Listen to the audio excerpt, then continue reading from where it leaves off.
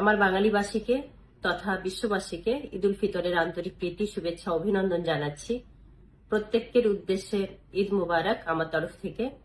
এবং ঈদের দিনটি প্রত্যেকের জীবনে সুখ, শান্তি, সমৃদ্ধি নিয়ে আসুক কামনা করব। এবং সপরিবারে আত্মীয় স্বজনের সাথে যাতে ঈদের দিনটি সকলে আনন্দের সাথে কাটাতে পারি সেটা কামনা করব। আর যুব সমাজের উদ্দেশ্যে বলবো যে আপনারা বাইক চালানো এবং যে কোনো যানবাহন নিয়ন্ত্রণের মধ্যে রেখে চালাবেন, যাতে কোনো অপ্রীতিকর ঘটনা না ঘটে। কারণ এই ঈদ উল ফিতর আনন্দের একটি দিন। এই দিনটি আমাদেরকে যাতে কোনো রকম অসুবিধার মধ্যে পড়তে না হয়।